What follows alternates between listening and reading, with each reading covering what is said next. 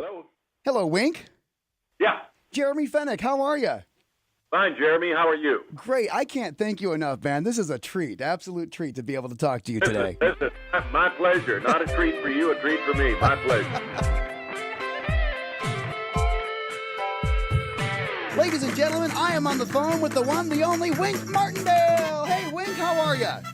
I'm great, Jeremy. Thanks for having me on. All right. Well, of course, you have just a stunning career when you look at it. You got going back in the radio. Yeah, I started in radio when I was 17 years old. That was about, 20 years ago or so. My arithmetic has never been all that great. But I started right out of high school and was in Jackson, Tennessee, a little town between Memphis and Nashville, where I was born and raised. Then went to Memphis to the popular WHBQ radio, where the first Elvis record was played. And I was there for about 8 years, and then I asked for a transfer by RKO to Los Angeles, went out here in 1959, and was on radio here, from 59 at KHJ to KRLA to KFWB, the number one rock station at the time in the 60s, and then to Gene Autry's Station of the Stars, KMPC. So I've had a great run. I feel blessed and delighted that I've always gotten to do what I dreamed of doing from the time I was old enough to know what a radio and a microphone were. Now, I love hearing this story. Now, coming from what I've heard from you, you can appreciate this. I've had a fake radio station in my bedroom since I was about 7 years old. I still have it to this day, as a matter of fact, and all of my radio friends like to play on it as well. So knowing what you wanted that young in life and just shooting for it, not holding back, that's how it all happened, huh? Yeah, I was about 7 or 8 years old when I realized that radio is what I wanted to do with my life. I wanted to be, quote unquote, on the radio. And it so happens my dad was a lumber inspector. He didn't make a lot of money, but at Christmas every year he got a $100 bonus and a year's subscription to Life magazine. So I grew up reading the pictorial Life magazine. And I would carry out the advertisement pages in Life magazine, take them into the back bedroom of our little 3-bedroom house on Burkett Street in Jackson, Tennessee, sit there, pretend I was on the radio, and I would ad-lib commercials around those advertisement pages.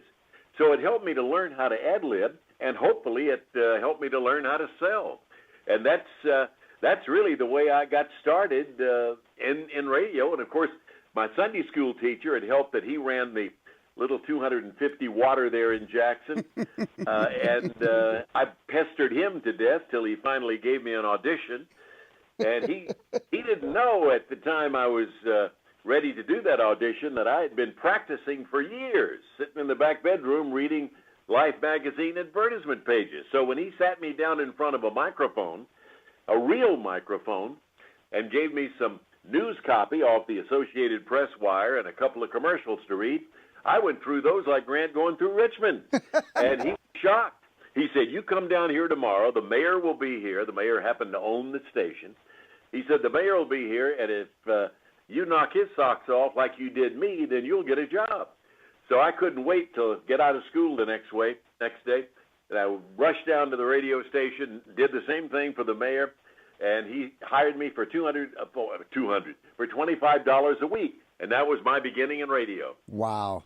That is. Now I'm up to 35. You're moving up, Wink. That's fantastic. Yes. So yes. Going back to Elvis, the night jock at the station, Dewey Phillips, was he related to Sam Phillips of Sun Records? No relation whatsoever. They just happen to have the same name. But Dewey Phillips, of course, did this show called Red Hot and Blue, and I happened to be there that night. Fate had me there that night in July 4th.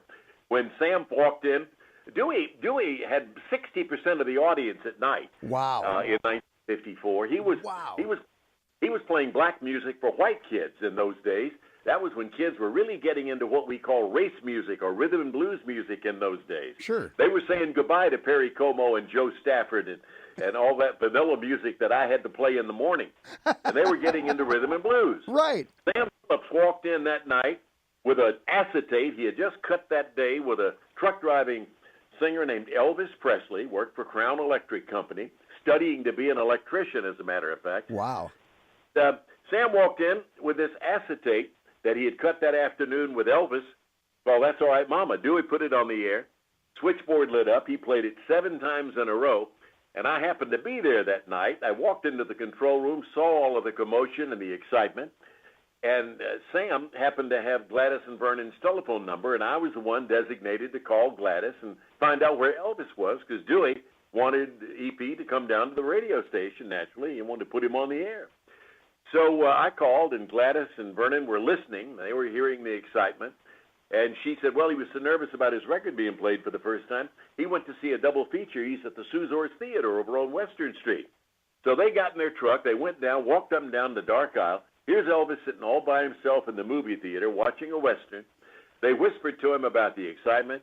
They came down to the radio station on South Main Street there in Memphis, mezzanine floor, or as Dewey used to call it, the magazine floor of the Chiska Hotel. And that's the night I met him, and he remained my friend till the day he died. And, of course, we all know what happened that night. I had no idea that music was changing before my very ears. Right.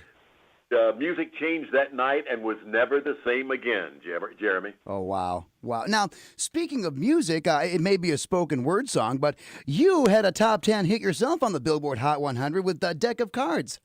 Yeah, that went as high as number 4. I happened to be a friend of Randy Wood, and he had been a guest on my teenage dance party in Memphis one Saturday, and his minister and my minister were the same. And so we went out to dinner that night, and he said over dinner, how would you like to be on Dot Records? Because I had a local contract. That was in the days when Elvis made it big and everybody thought they could be a singer, and I was just one of those. Right. I wasn't a very good singer, but I made a record for a local label. And so it did fairly well because I was a popular personality in Memphis. Sure. And he said, would you like to be on Dot? So what he did was he paid $25,000 to buy my contract from OJ Records there in Memphis, put me on Dot. And when I came out to California in March of 1959, one morning he called me up to his office at Dot Records on Vine Street there in Hollywood. And he said, I think I've got something for us to record. And he put on the turntable a scratchy old 78 RPM of a narrative called Deck of Cards by T. Texas Tyler. It had been a hit, and he remembered this from right after World War II, 1946, because he had Randy's record shop in Gallatin, Tennessee, where he used to put together record packages. And he remembered all the sales that came in for this country record, Deck of Cards. Story about a soldier who used the Deck of Cards in church because he didn't have a Bible. Wow. And so put it on the turntable, and he played it. And regardless of what it was, I was determined I was going to say, Randy, I love it. Well, when he played it and I heard this scratchy narration, I thought, who's going to buy that? In 1959, at that time, the top record was Stagger Lee by Lloyd Price and Venus by Frankie Avalon. Right. I said, kids buy records. What kids are going to buy a semi-religious talking record? But sure enough, when it was over, he took the needle off. He said, what do you think? I said, Randy, I absolutely love it. That is cool. That is I told a little fib. But sure enough, within a couple of weeks, we went into a studio, Master Recorders, on Melrose in Hollywood, and recorded this narrative with a choral group behind me and sort of made a pop version of that old country hit. And I had no idea that it would do anything because, rock was really going strong then. Sure. But sure enough, they put it out, and by September, a jock in Boston, Bob Clayton, played it one morning on his #1 top-rated show. And the switchboard lit up, and it spread like wildfire across the country to the point that by November, it was in the top 10 on Cashbox and Billboard. It had sold over 700,000. And lo and behold, we get a call for me to come to New York to perform it on the Ed Sullivan Show, Wow. which was, of course, #1 variety show at the time. So I flew back there and did it on that show, and then that put it over the million mark, that appearance. And it's a record that has followed me my entire career. I still have people to this day, Jeremy, who say to me, are you the same Wink Martindale who recorded that record, Deck of Cards? And my answer is always the same. I say, Do you think there are two people walking the planet with a stupid name, a silly name like Wink Martindale, who recorded? And it's always good for a laugh. Absolutely. By the way, my real name, my actual name given to me by my mom for Winston Churchill is Winston, and my middle name is Conrad, and that was named for an old, a 1930s, 40s popular actor that my mom loved, Conrad Nagel. So I'm Winston Conrad Martindale, and a kid in the neighborhood that I used to play with, Jimmy McCord, he was 7 or 8 years old, and he had a speech impediment, and he couldn't come up with Winston correctly, and it came out sounding like Winky. So I became the Winky Martindale of the neighborhood. Oh, wow. And, of course, when I came to Hollywood in 1959, you don't walk down Hollywood Boulevard with a name like Winky. Right. So I just shortened it to Wink, and it's been my, it served me well. It sticks, it pops. What a fantastic name. And so you did transition big time, really, to the television over at HBQ. Before Teenage Dance Party, though, it was Mars Patrol. How cool is that? Yeah, I had just gone to WHBQ from Memphis, and my dream job when I was a kid growing up on the radio in Jackson was to do a show called Clock Watchers, which all the kids in Jackson listened to because WHBQ radio came into Jackson like a local because it had 5,000 watts and it was clear channel. So we all listened to WHBQ, and my idea was to get Clock Watchers. Well, sure enough, I auditioned, got the job. I became the host on Clock Watchers, and I hadn't been at WHBQ radio for more than, I guess, 6 months. They were getting ready to go on the air with WHBQ television. And a gentleman named Mark Forrester came to me, along with my mentor, Bill Grumbles, who had given me my job at WHBQ. And they both came to me and said, "How would you like to be on television?" And I said, "What? I just wanted to be on the radio. I never thought about TV. You know, it was still early. We're talking about 1952, 53. And they explained they had this idea for a show called Mars Patrol, where the host, who ended up being me, Wink Martindale. Yes, that's you. Of the Patrol. I would sit there with my 6 and 7 and 8-year-old Mars guards every day. Awesome. On this airplane, in these airplane seats, that set that was made to look like a little spaceship, and I'd talk to the kids every day for a few minutes. We'd drink our Bosco and milk, and then we would blast off into outer space and segue into those old Rocky Jones Space Ranger movies. Awesome. Those B movies that used to be seen as serials between features on Saturday afternoons. Right. And so it became an overnight hit. The kids loved it. And I did that for a couple of years, and it kind of played itself out, but it was enormously successful. And from that was when Dick Clark was going strong with American Bandstand. And again, Mark and Bill came to me and said they wanted me to host Top 10 Dance Party on Saturday for 90 minutes, sponsored by Coca-Cola. Oh, yeah. So I did that. Oh, yeah. And so I did both of those shows that were tremendously successful, and then I did Dance Party until I left Memphis to come out here in 1959. And at KHJ, which was another RKO station like WHBQ, they put me on the air in the morning and gave me a dance party show on Saturday afternoon. So I started my career all over again. That's awesome. So as far as the show goes, Mars Patrol, are you a sci-fi fan? No, not at all. I've never been, but I remember I used to buy any magazine or any newspaper or anything. I'd go to the library and try to read any kind of sci-fi books that I could come up with just to make notes. And I'd slap these notes on cue cards and I'd paste them all over the walls so that when I was talking to the kids, I used this quote-unquote sci-fi language so that they really thought that I knew what I was talking about. Show prep, my friend. That's amazing. Yeah.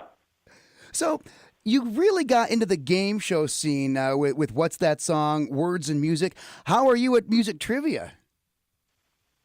I've always been pretty good at music, fairly good at music trivia. Now, don't you put me to the test, because just as sure as you ask me a question, I won't be able to answer it. But as a DJ, you know, from playing records, you learn so much about records. When I was a DJ in Memphis, for example, and my early days out here, but back there in Memphis, when I used to, you know, run my own board, I didn't have an engineer. I ran my own board, and we played 45 RPM records. And you'd cue them up, and you'd look at the label, and you memorized the publisher. You memorized the name of the person or persons who wrote the song. Of course, the artist on the song, the year it came out, the month it came out, where it went on the charts. You just naturally, learned all of that by playing these records over and over and over again. So I've always been pretty good at music trivia. And it was amazing that the first show that I did in the game genre was What's This Song at NBC. It only lasted a year, but it got me launched into the world of game shows. That's amazing. Now, of course, Gambit was probably the big major break. But I got to say, I grew up, my big favorite is Tic-Tac-Dough. I mean, there's a very special place, obviously, in my heart for that one. What of all of the shows that you've hosted is your favorite? Well, I think I'd have to say Tic-Tac-Dough, simply because it was a show that I did longer than any other. I did it almost 12 years. Right. And it was enormously successful. It was that period of time in television where we had an access time period every night from either 6:30 to 7:30 or 7 to 8, depending on what time zone you were in. Right. But we were back-to-back with a show called Joker's Wild with Jack Barry. And this was before Wheel of Fortune and Jeopardy came out. Sure. And we were the first ones to become really popular in that what was called the prime access time period, which is that hour just prior to the network time period that began at either 7 o'clock or 8 o'clock. So the show just became enormously successful. And there was a time, like in Philadelphia, we had a share of audience there, like 40% of the people watching television were watching Tic-Tac-Dough. That was our best market in the entire city, in the entire country. Wow. But it was a great show. And, of course, when you ask me which is my favorite, not only did it last longer, but, you get used to those checks coming in on a regular basis. So it lasted the longest, and it paid for my house and a couple of cars. So that's another reason that Tic-Tac's always been my favorite. But I loved Gambit. And, of course, I don't know whether you were going to ask me or not, but the reason I got into the game show world was as a disc jockey at KFWB in the early 60s. I used to get off the air and rush home at noon to watch a show called Password with Alan Ludden. Oh, yeah. I became addicted to Password. Such a simple but such a fun game. And I used to test myself to see how I would do. Well, I became addicted to that show, and I did some research, and I found that Alan Ludden came in 2 days a week, knocked out 10 shows, and the other 5 days he played golf. And I said, man, that ain't a bad way to make a living. I went to my agent, Noel Rubloff, and I said, Noel, I've never really thought about being a host for game shows, but Alan Ludden is doing one called Password, and I love that, and I think I could do that kind of work. So he sent me on a couple of auditions. I didn't get them, but I think it was on the third one that I got a local show called What's the Name of That Song here at KTLA in Los Angeles. Right. Which later became What's This Song, so it would fit into TV Guide as a title. and I did that for a year, didn't make it past a year, but he got me launched, and then after that I did several shows, and then in the late 70s started doing Tic-Tac-Dough, and there was a period of time there where I just went from one show to the other. I did a show most recently called Debt, where we paid off young people's credit cards. And then I did a show called High Rollers, which Alex did in the beginning first, and then I did it later. And I just heard a rumor recently that they're going to bring High Rollers back on NBC nighttime. Are you hosting it? Tell me you're hosting it. No, I wish I was, but I just heard the other day that I don't know whether it's a rumor or not, but I would love to host that show again. That Love would that be show. so much fun to watch. So let me ask you this. When you're sitting there watching, flipping through you mentioned Password. That's fantastic. What are some of your favorite game shows to watch? Well, I love Match Game. I think that I don't necessarily like what they've done with it nighttime on the network because it's double entendre and it gets kind of raunchy at times. Right. But when Gene Rayburn did it, to me that was the heyday of the Match Game, and I love that. My favorite game show host of all time, and a guy that I think is the best ever, was the late Bill Cullen. I love Bill. Bill Cullen had a wit and a charm about him that was just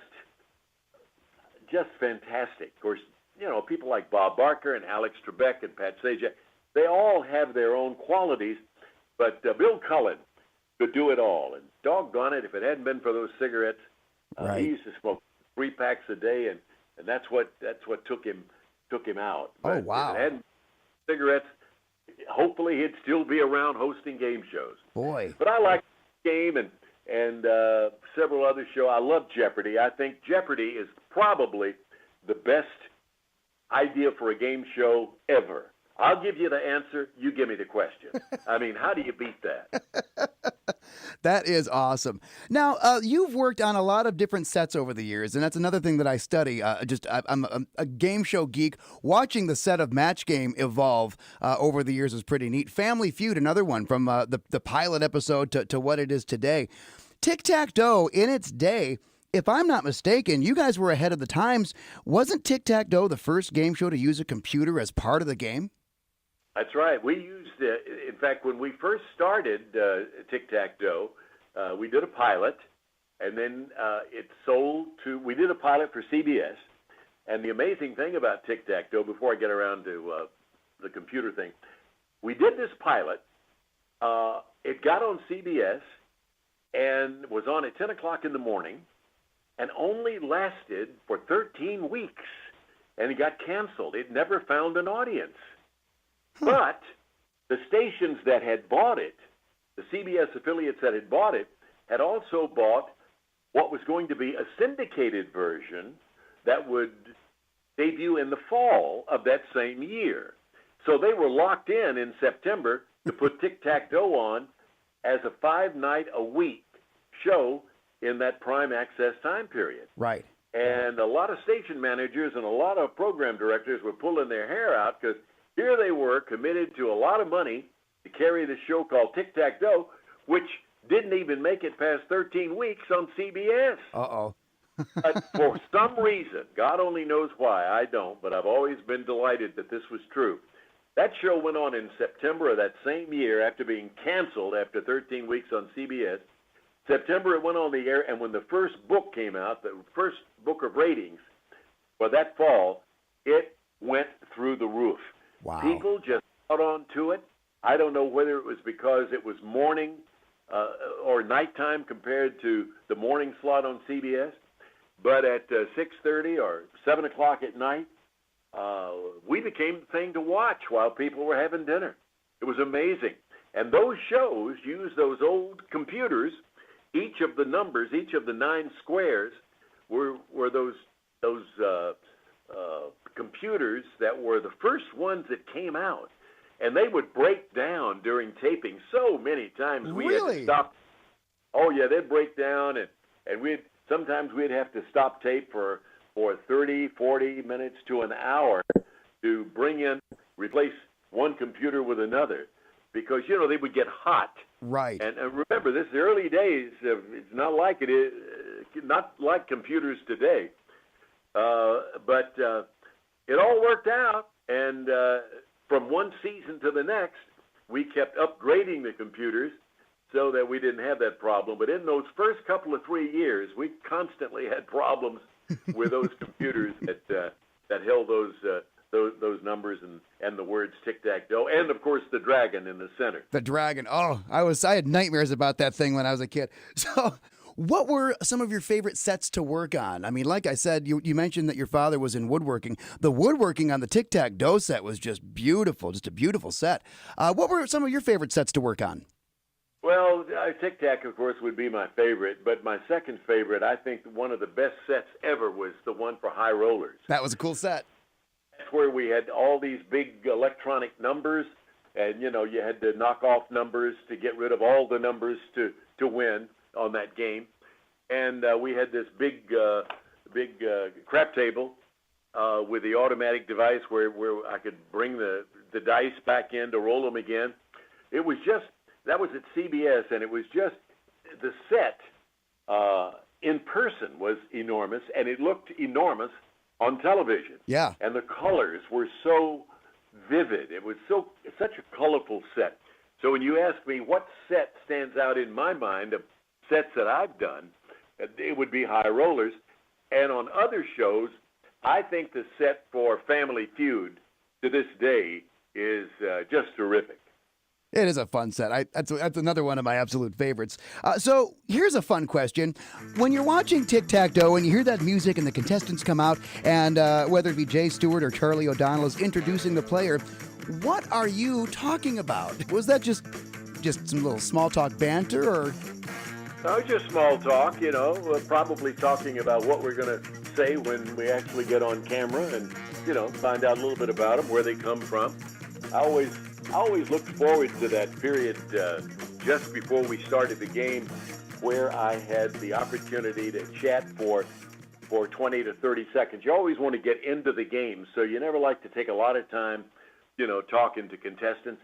Hopefully they'll be on long enough that you can learn more about them as the game progresses. One of the funniest things that ever happened to me, and I guess the funniest thing that ever happened to me in terms of contestants, in the fall, we used to do what was called an over 80s tournament, where on Tic-Tac-Dough, all the players were over the age of 80. And I had a contestant on one time, Dr. Reba Kelly was her name. She was 93 years old. She was a widower, of course. And I was talking to her, and I said, Dr. Kelly, at your advanced age, do you ever think about dating anymore? Just making up a question to ask.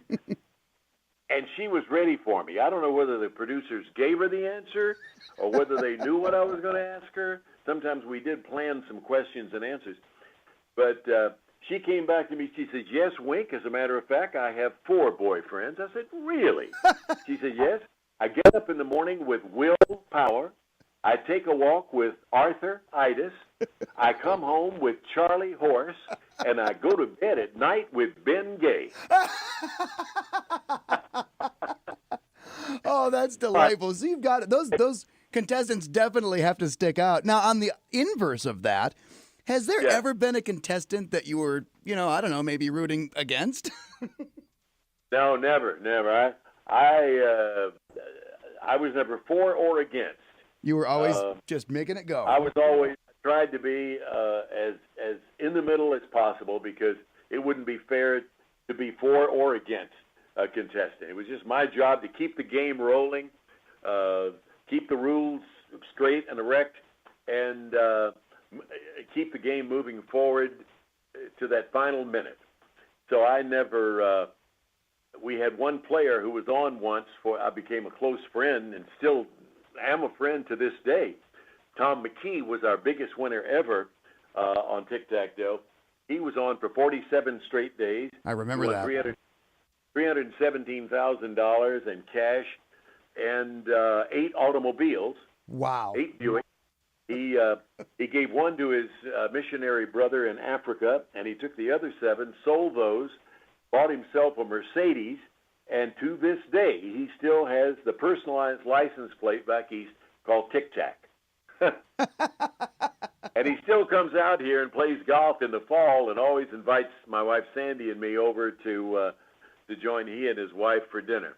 So I still see Tom McKee, but I never, even at the height of his success, when our ratings went through the roof, I mean, every night it would be Tom back, and everybody wondered, is he ever going to lose? He just knew so much about trivia. He had so much knowledge about so many different differing subjects.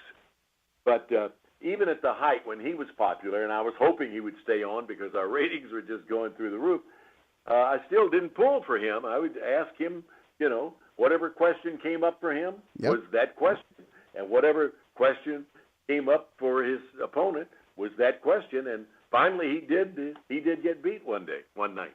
That's insane. That is crazy. So let me ask you this. When you're watching, obviously you have people that can go that long, 46. When you see something like a Michael Larson who figured out how to beat the press your luck board, when you're on a game show that's on the air, when that kind of thing is going down, do you and the producers kind of look at the show and make sure that it's bulletproof? Not that anyone could really cheat on tic-tac-toe, but what were you guys thinking when that was going down? We were just we were excited about the fact that Tom was he was in the Navy down in San Diego, and he used to come up every week from San Diego. He was a lieutenant in the Navy. He was a pilot, and he used to come up here every weekend for our taping sessions at CBS. And I remember asking Dan Enright, I said, Dan, what was so special about Tom McKee? And Dan would say, our producer would say, he's the ultimate contestant. He wears the colors of our country, the uniform of our country, the Navy. He's a handsome dude. He knows so much about trivia. He has a beautiful wife who sat in the audience for every taping. Her name was Jenny, and she just happened to be pregnant. So he was the consummate game show contestant. And when we were playing, and he kept winning and winning and winning, all we were thinking was that this is going to come to an end one day, and the question is when. But as long as it continued and he was a winning player, we were happy about that because, as I said, it kept our ratings going upward, upward, upward. But we knew it had to end sooner or later, but it never, tic-tac-toe. Barry and Enright, those two producers who produced Tic-Tac-Toe, had gotten swept up in the game show scandals back in the late 50s when answers were actually given to players. Oh, I remember that. Yeah, and of course, law came down that couldn't happen anymore. And I've often said that if that ever happened again, it would take game shows off the air for all time. But I don't think in this day and age that could never happen again. So from behind the scenes and in front of the camera, you've really done it all, Wink. Do you prefer producing shows, or do you really like hosting it a lot better? Oh, I like hosting because I like to be on camera. I like to do what I do. But I also enjoy producing because it gives you the chance to show what creative skills you have. In fact, when I got off this phone call, my partner and I, John Ritchie Jr. and I, have a meeting at Endemol, one of the biggest producers in the world. We're pitching 2 game show concepts to them this afternoon, and I still enjoy that, and still enjoy the thrill of putting the pieces all together, coming up with a concept and making it work, making it something that a player likes to play and a viewer likes to watch. That's just, to me, the ultimate. But again, I enjoy being before the camera and behind the camera.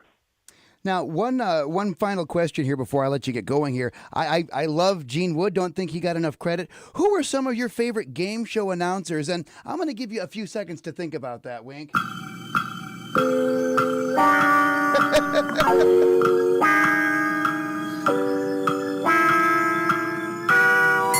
That sounds just as good now as it did back then, I got to tell you. Jay Stewart was one of our first announcers on Tic-Tac-Toe. I love Jay. He was an announcer on a lot of different shows.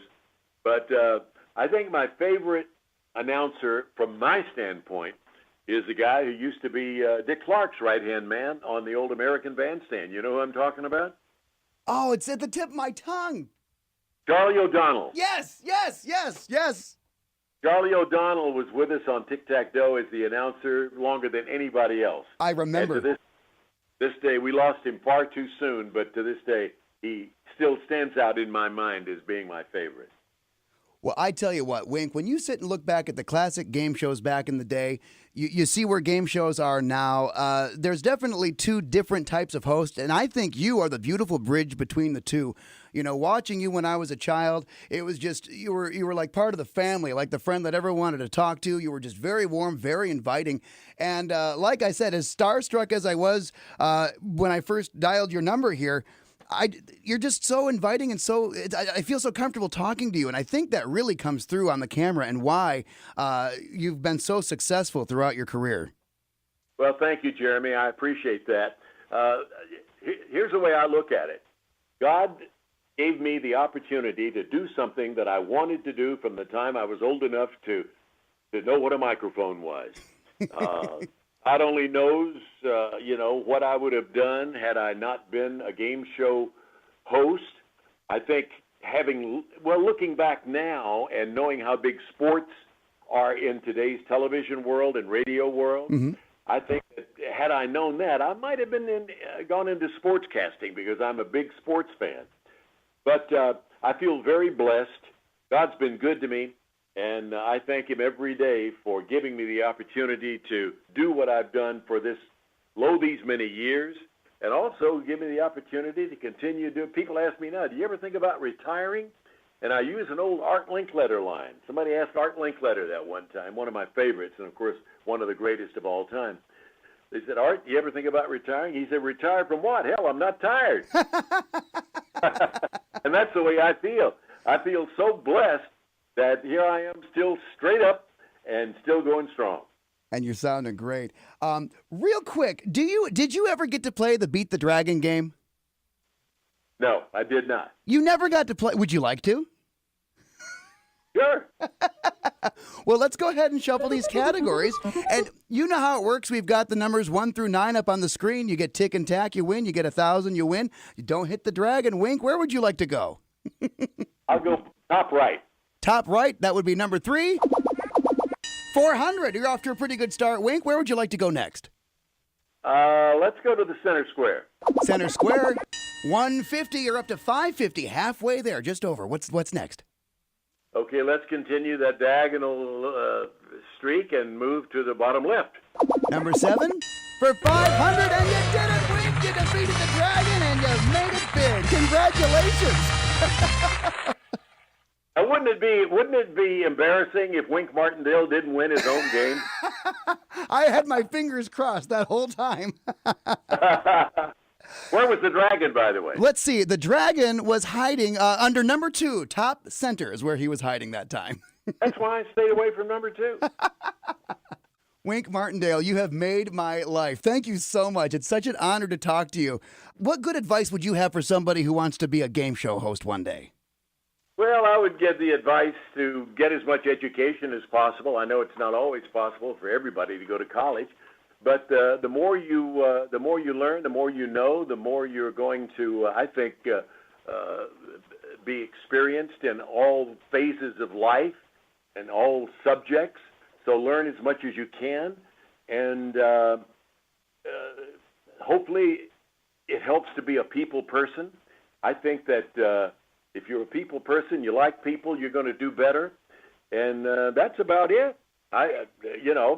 There's no magic wand to doing what we do. It's just like any other job. Really, you just do the best you can and work at it and try to become as proficient as possible at it. And Wink, okay, I'm a huge fan, so you've got to have some collectibles. Is there a place people can go to purchase a piece of history, if you will? Yeah, a lot of different things that I have, my book and recordings that I've made at winkmartindale.org. Anybody who wants to know more about me, my bio is on there. If anybody cares to know more about Wink Martindale, I don't know who that would be. That would be me. But if they are, to winkmartindale.org or winkmartindale.com, either one. That's fantastic. And I'll get a link to that at my website, jeremyfenech.com. So it'll be one big digital family. I love it, Wink. Thank you so much. Thank you, Jeremy. It's been my pleasure.